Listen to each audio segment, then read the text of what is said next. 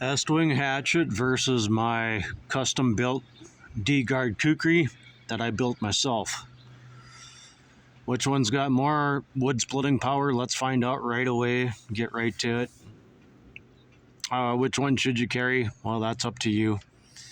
I'll just show the capabilities of both, and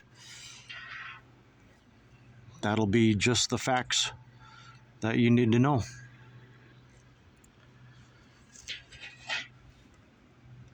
I will be making this as fair test as possible, so both of these tools would fit with your backpack, with your bug out bag, and that's the purpose of comparing the two. Me personally, so long as that large knife is every bit as durable and capable and unbreakable as that small hatchet, I choose to go with a large knife so long as it doesn't get me in trouble, okay? And you'll see why. I think in this video, this will be a completely objective test. I love both of these tools, but which one would I leave home with if I could only take one of them? That's kind of the purpose of this video.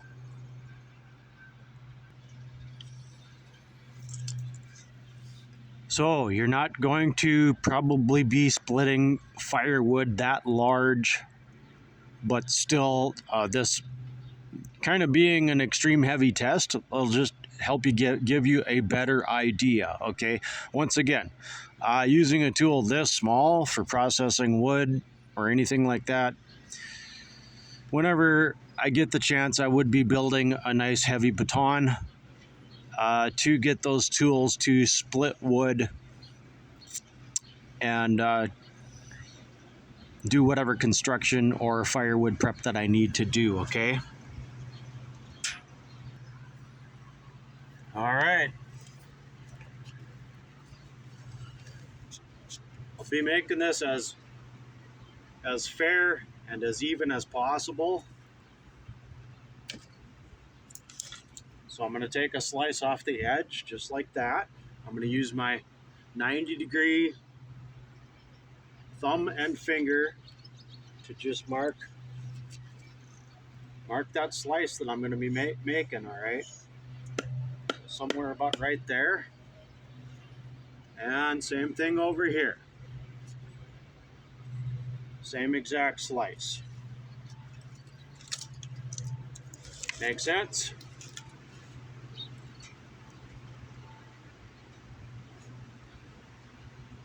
So just a small slice right off the edge. As close as we can get anyway. Actually, that's where the baton comes in for fine-tuning stuff like that. Okay? All right, let's see if we can split a chunk off. And you got to be close to the edge. You get into the middle here, you'll get this buried and stuck, and then you'll really have a difficult situation. Let's give it a try.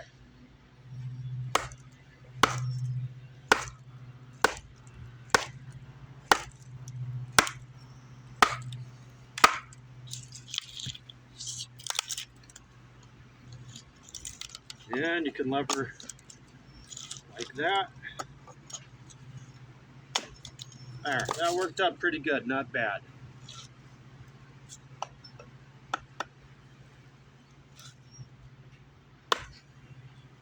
Let's do one more slice there and finish that.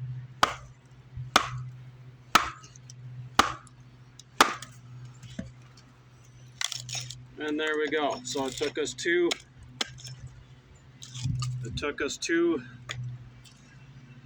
passes to get that off of there. All right. And the Kukri will do the same exact thing with the Kukri. And it's probably going to do it only in one pass, and it's probably going to be easier because I've done this before. It doesn't mean that that's the only solution, or that should be your decision, but let's give it a try. I'll just show you how this works out. Okay, like I told you, I'm going to try and make this absolutely perfectly fair. All right? Same exact slice. So there's the two puzzle pieces that we just took off with the hatchet. So that's the length of log to make it fair.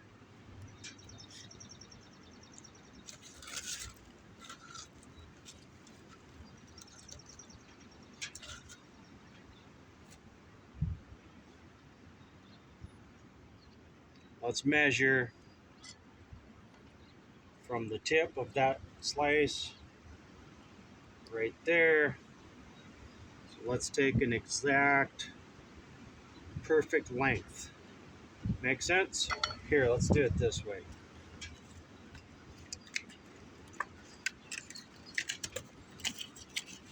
Or rather, let's just keep on with that.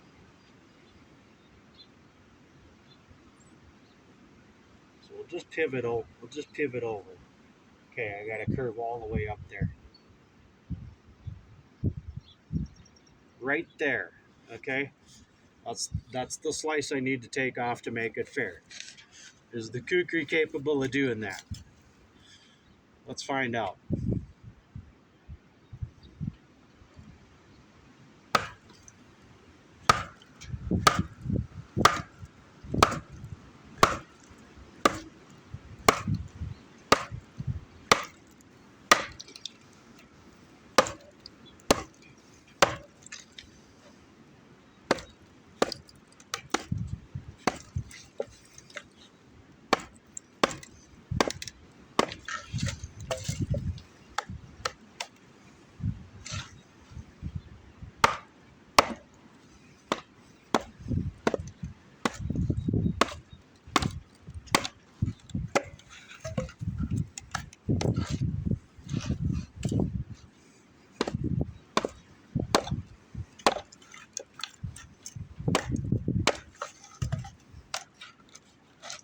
We pretty much got it.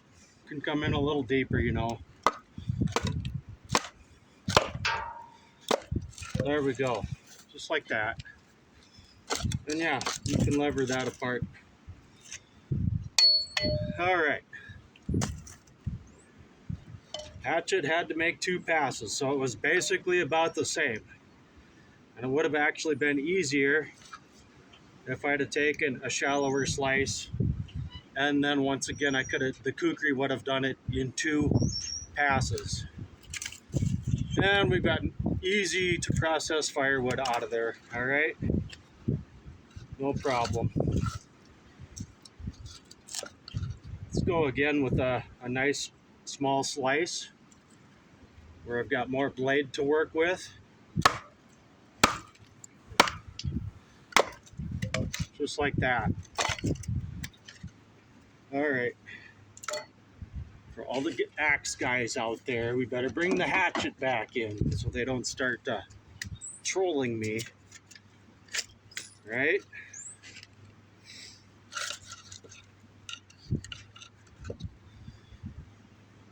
Now, the Kukri would easily do that slice in 1 pass.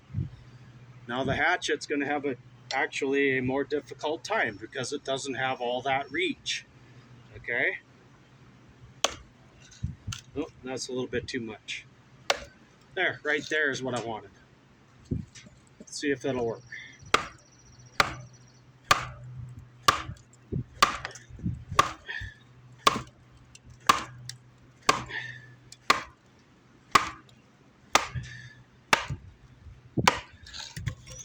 And I can lever that pretty well. The Kukri actually would have done that. I've proved this again and again. Okay?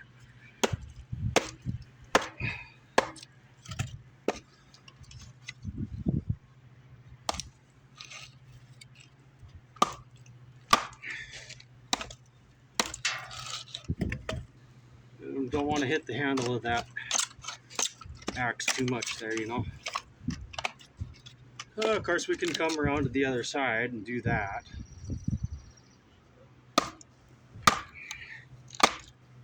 There, we got it. that wasn't too bad. All right. And once again,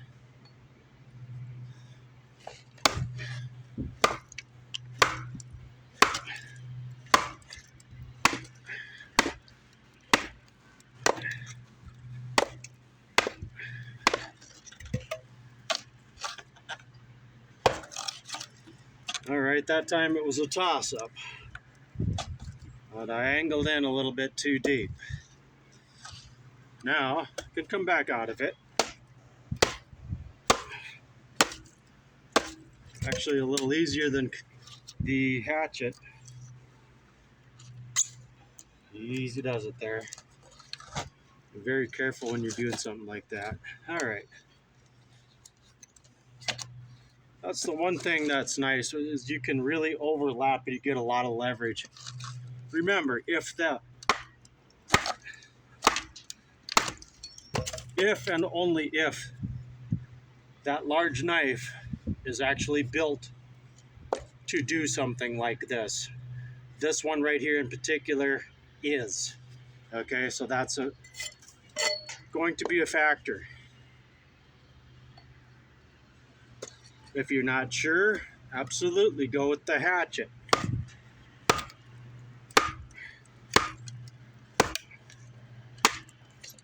Boom, no problem. Splits that wide open.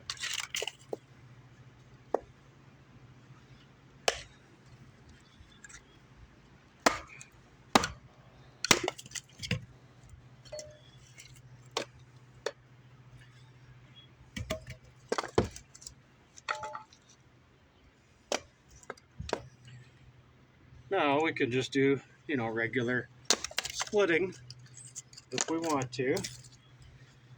Both blades will do that just fine. Here we go.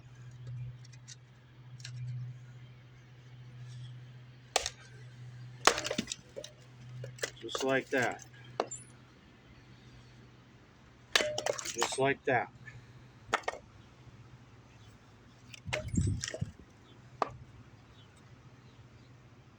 Is the hatchet better for that? Huh? Is it? Maybe.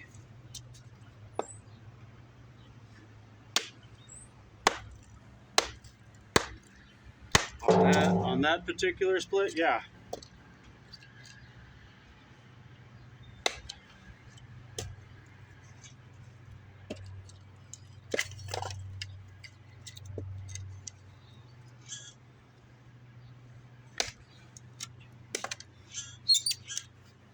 Okay, that one's tough.